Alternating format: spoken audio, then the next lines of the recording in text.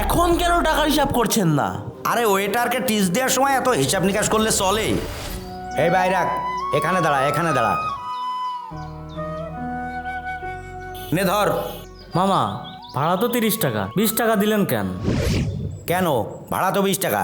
মামা টার্মিনাল থেকে তো সিটি কলেজ 30 টাকা ভাড়া, আপনি 20 টাকা দিচ্ছেন কেন? এই তুই কি আমার রাস্তা চিনাচ্ছিস? এই রাস্তায় আমি দিনের মধ্যে 14 বার আসা যাওয়া করি। 30 টাকা তুই আমার কাছে ভাড়া চাস? তুই কি আমার কাছে ফাজলামি করছিস? ফাজলামো করবো কেন মামা? এই রোডে যে ভাড়া সেই ভাড়াই চাইছি। 20 টাকা তো ছিল 1 বছর আগে, এখন ভাড়া 30 টাকা। আর আপনি তো জানেন মামা বর্তমান বাজারে তরি তরকারি যে দাম, 20 টাকায় কিছুই হয় না মামা। এই তুই তো বেশি বকছিস দেখছি। না মামা আমি বেশি বকছি না, ভাড়া 30 টাকায়। আমার কথা যদি বিশ্বাস না হয় আপনি আর একটা রিক্সাওয়ালাকে ডেকে শোনেন। 10 টাকায় তো চাইছি মামা, আপনি এত কিপটামি করছেন কেন? সালাম। এই 2 কোটি টাকাতে বাড়ি বানাইছি, আমার কি কিপটা মনে হয়? তুই আমাকে কিপটা বলিস? বিয়াদব! এই আমাদের লাখ লাখ টাকা এই মাটিতে গড়াগড়ি করে, তুই আমাকে কিপটা বলিস? লিটন ভাই কি হলো? ওনার সাথে এমন দুর্ব্যবহার করছেন কেন? আর কি হয়েছে ভাই? মামা টার্মিনাল থেকে এখানে 30 টাকা ভাড়া, উনি আমাকে 20 টাকা দিচ্ছে, আর আমি 30 টাকা চেয়েছি বলে আমাকে চড় মেরেছে। আরে ভাই ভুল তো আপনার। টার্মিনাল থেকে এখানে আমরা 40 টাকা দিয়ে আসি, আপনি ওনার কাছ থেকে 30 টাকা চেয়েছেন কেন? আর লিটন ভাই সামান্য এই 10টা টাকার জন্য আপনি গরিব অসহায় রিক্সাওয়ালার সাথে এমন ব্যবহার করছেন? আর ভাই আপনার 10টা টাকা লাগবে তো আমি দিচ্ছি। না না মামা আপনার টাকা লাগবে না, আপনি তো রিক্সায় চড়েননি, টাকা দিলে উনি দেবে।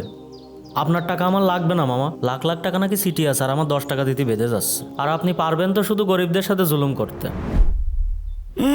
শালা ছোট লোক জ্ঞান দিচ্ছে।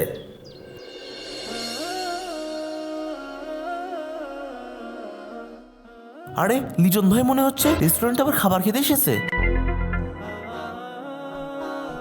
স্যার আপনাদের বিলটা। ও আচ্ছা, 500 টাকা বিল, ঠিক আছে। এই যে তোমার 500 টাকা বিল, আর এই যে তোমার 100 টাকা টিপস। Thank you sir.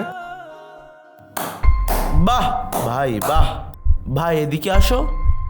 কি ব্যাপার লিটন ভাই, বিল আসছে 500 টাকা, আপনি 600 টাকা কেন দিলেন?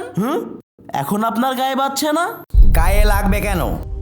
উনি এত কষ্ট করে খাবার সার্ভ করলো, আমি তো ওনাকে খুশি হয়ে 100 টাকা টিপস দিতেই পারি।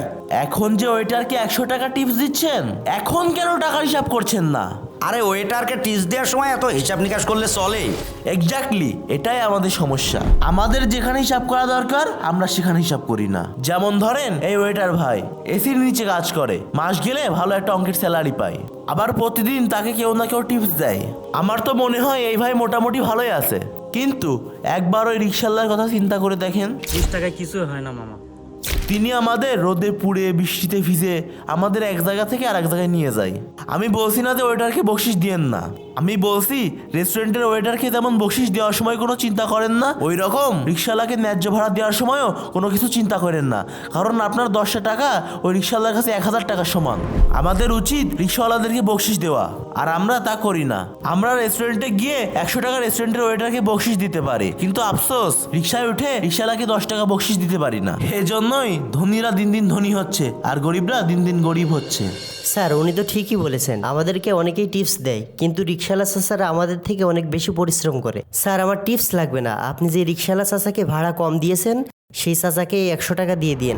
আমাদের সমাজে এমন কিছু মানুষ আছে যারা নিজের বড়ত্ব দেখানোর জন্য 5 স্টার হোটেল বা আলিশান রিসর্টে হাজার হাজার টাকা নিমিষের মধ্যে খরচ করতে পারে, কিন্তু আফসোস তাদের পাশে থাকা অবহেলিত অসহায় মানুষের পাশে দাঁড়াতে প্রচুর দ্বিধা সংকটে ভোগে। আজকাল অসহায় মানুষের চোখের পানি প্রভাবশালী ব্যক্তিদের চোখে নাটকের এক দৃশ্য। যদি এভাবে চলতে থাকে তাহলে আগামী প্রজন্মের কাছ থেকে ভালো কিছু আশা করা অসম্ভব। তাই আসুন আমরা হাতে হাত ধরে এই করুণ নির্মম দৃশ্যের তীব্র প্রতিবাদ জানাই। আপনার একটি প্রতিবাদ বদলে দিতে পারে আগামী প্রজন্মের ভবিষ্যৎ। আর আমাদের এই ভিডিওটি ভালো লাগলে শেয়ার করে সবার মাঝে ছড়িয়ে দিন।